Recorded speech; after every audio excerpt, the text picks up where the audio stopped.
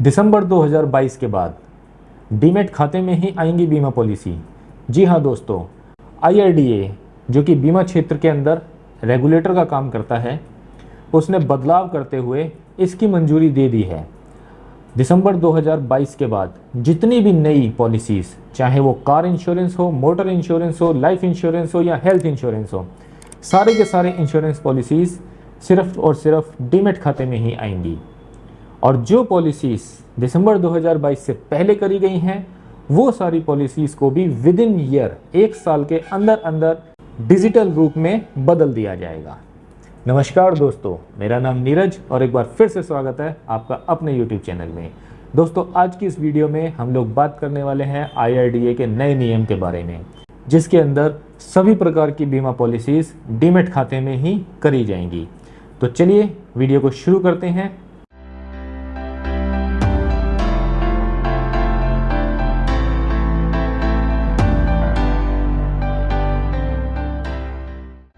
दोस्तों, देश के अंदर 50 करोड़ से ज़्यादा पॉलिसी धारक हैं जिन्होंने किसी न किसी प्रकार की पॉलिसी अवश्य करा रखी है।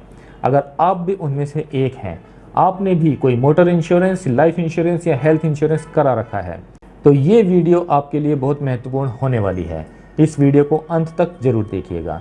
और साथ ही अगर आप इस चैनल पर नए हैं तो प्लीज़ इस चैनल को सब्सक्राइब करना बिल्कुल मत भूलिएगा। दोस्तों, बीमा पॉलिसी को दस्तावेज के रूप में रखने की मुश्किलों से जल्द छुटकारा मिलने वाला है। इस साल दिसंबर के बाद जो भी नई पॉलिसी आएंगी वो डीमैट खाते में ही आएंगी। इसके साथ ही पुरानी पॉलिसीज़ को भी एक साल के अंदर अंदर डीमैट में बदल दिया जाएगा। बीमा नियामक, जिसको हम लोग एडा या IRDA के नाम से जानते हैं, उसने इसकी मंजूरी दे दी है। एडा ने बीमा कंपनियों के प्रबंध निर्देशकों और मुख्य कार्यकारियों के साथ बैठक के बाद इस फैसले पर अमल करने का निर्देश दिया है। एडा के दिशा निर्देश में कहा गया है कि यह नई नीति स्वास्थ्य, वाहन, जीवन बीमा पर लागू होगी। उद्योग के अनुमान के अनुसार मौजूदा समय में देश में लगभग 50 करोड़ से ज़्यादा बीमा पॉलिसी मौजूद हैं, जिन्हें डीमैट फॉर्म में बदलना होगा।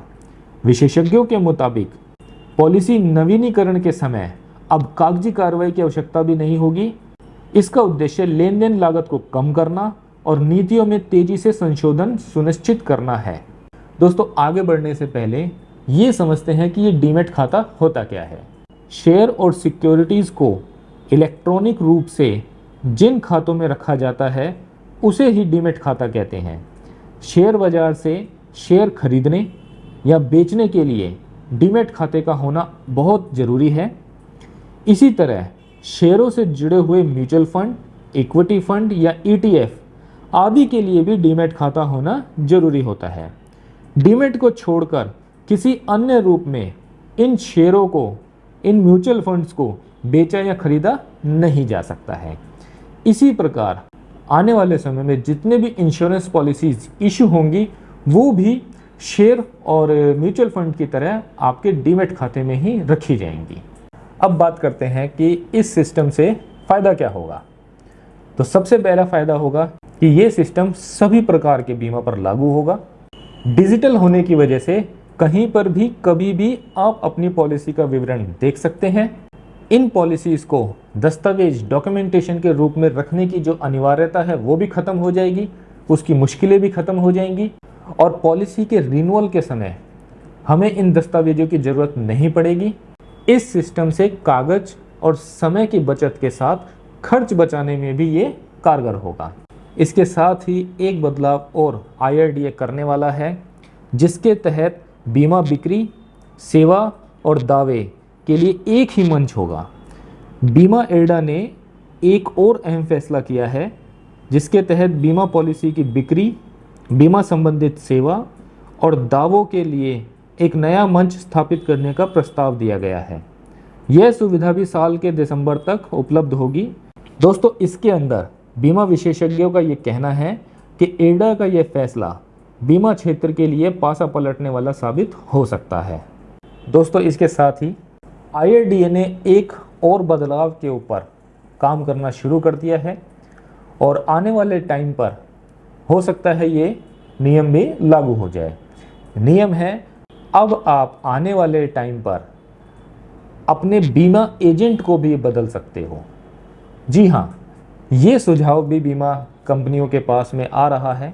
IRDA इस पर विचार कर रहा है, क्योंकि IRDA को बहुत सारे कस्टमर्स की तरफ से ये कंप्लेंट मिली है कि उनके एजेंट उनको प्रॉपर सर्विसेज नहीं दे रहे हैं, जिसकी वजह से हो सकता है कि आने वाले टाइम पर IRDA इसकी भी परमिशन दे दे कि आने वाले टाइम पर आप अपना बीमा एजेंट कभी भी कैसे भी बदल सकते हो, और उस स्थिति के अंदर जो बीमा एजेंट को जो कमीशन मिलता है वो नए एजेंट के पास में ट्रांसफ़र हो जाएगा।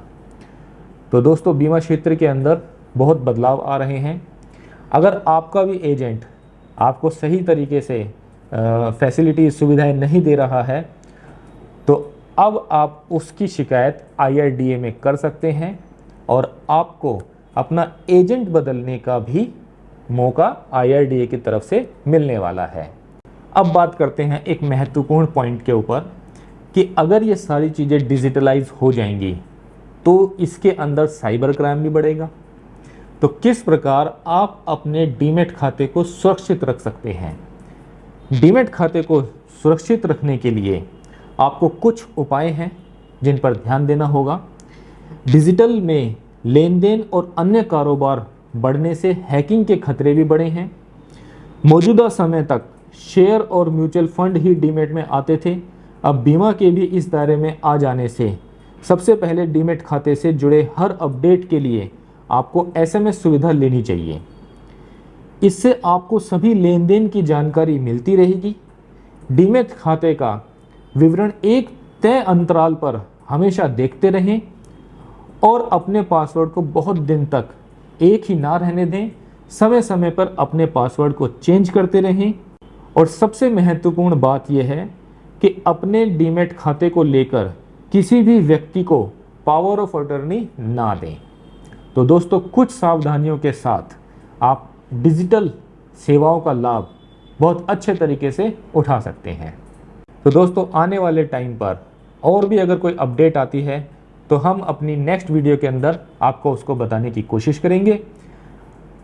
इसी के साथ इस वीडियो को एंड करते हैं। तो दोस्तों, अगर वीडियो पसंद आया हो तो वीडियो को लाइक करें, शेयर करें। अगर चैनल सब्सक्राइब किया हुआ है तो दिल से थैंक यू है, और अगर चैनल पे नए हैं तो जाते जाते चैनल को सब्सक्राइब करना ना भूलें। तो मिलते हैं आपसे फिर किसी नई वीडियो में, फिर किसी नए टॉपिक के साथ में। तब तक के लिए धन्यवाद। जय हिंद, जय भारत।